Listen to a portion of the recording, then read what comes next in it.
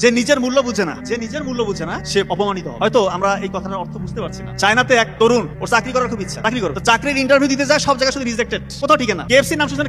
KFC তে পরীক্ষা দিতে গেছে, ওইবার 24 জন পরীক্ষা দিয়েছে, 24 জন, 13 জনকে ঠিক আছে, একজনকে বাদ দিয়েছে, ওই ছেলেটাকে বাদ। পরে বলে যে একটু পুলিশে দাঁড়ায়, পুলিশেও ঠিক না। শিক্ষকতা করি, সেখানেও হয় না। কত জায়গায় যে পরীক্ষা দিয়েছে, কোনো জায়গায় হচ্ছে না। পরে সে মন খারাপ করে একটু চিন্তা করলো যে আসলে কোন জায়গায় সমস্যা, কেন হচ্ছে না। সে পরে অনেকক্ষণ চিন্তাধারা করে দেখলো যে আসলে চাকরি আমার জন্য না, আমি উদ্ভাবন করতে পারি, নতুন কিছু দুনিয়াকে দিতে পারি, এবং সত্যিকার অর্থে গোটা দুনিয়াকে সে এমন কিছু দিয়েছে যেটা এখন পর্যন্ত মানুষ স্মরণ করে। আপনার আলিবাবার নাম শুনছেন? আলিবাবা প্রতিষ্ঠাতাকে জ্যাকমার গল্প বলতেছে। দেখেন, এই জন্য জীবনে আপনারা বিভিন্ন জায়গায় হতাশ হবেন, হয়তো পরীক্ষায় ফেল করবেন। আপনাদের স্ট্রং জন কোনটা, এটা আপনাকে বের করতে হবে। সবার জন্য কিন্তু চাকরি না। আমরা তো সবাই মনে করি শুধু বিসিএস ক্যাডার হবো, এই চাকরি করবো, সেই চাকরি করবো। আপনার যদি স্ট্রং জন চাকরি না হয়, চাকরি পরীক্ষা না হয়, আপনি কেন এটা যান? আপনি আগে খুঁজে বের করেন আপনার উইকনেস কোনটা, আপনার স্ট্রং জন কোনটা। আপনার যেটা স্ট্রং জন, আপনি সেখানে যান, ওইখানে অনেক কিছু করতে পারবেন। আপনার হয়তো উইকনেস, আপনি চাকরি পরীক্ষাতে ভালো করতে পারবেন না, এরকম অনেকেই আছেন ট্যালেন্টেড, বা পরীক্ষায় ভালো করে না, বা ভাইবাতে গিয়ে ঘাবড়ে যায়, ভালো করতে পারে না। আপনি হয়তো অন্য কোনো একটা স্ট্রং জন আপনার আছে, আপনি ওইটাতে আগান। এই ভুলটা করবেন না। আপনার একজন বন্ধু বা কাছের মানুষ হয়তো বিসিএস ক্যাডার হয়েছে, আপনাকে হয়তো এটা এরকম না। দুনিয়াতে অনেক কিছু করার আছে। আর সফলতা মানে শুধু চাকরি না রে ভাই, চাকরি মানে পরাধীনতা। এই কথাটা আজীবন মনে রাখবেন। চাকরি শব্দটা এসে চাকর থেকে। আমরা তো বিসিএস ক্যাডার অফিসার, আমরা জানি চাকরি যদি করেন আপনি একটা বান্ডিংস এর মধ্যে থাকেন। আর যদি নিজে উদ্ভাবক হইতে পারেন,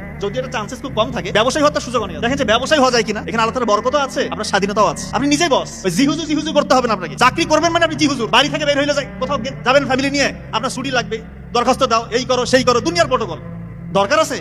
দুনিয়ার মধ্যে কি আপনি এই যে বন্দি জেলখানে থাকবেন? আমি বলতেছি না চাকরি খারাপ, কোনো কিছু না করার থেকে চাকরি করা ভালো, তবে চাকরি করার থেকে ভালো কিছু করার আছে।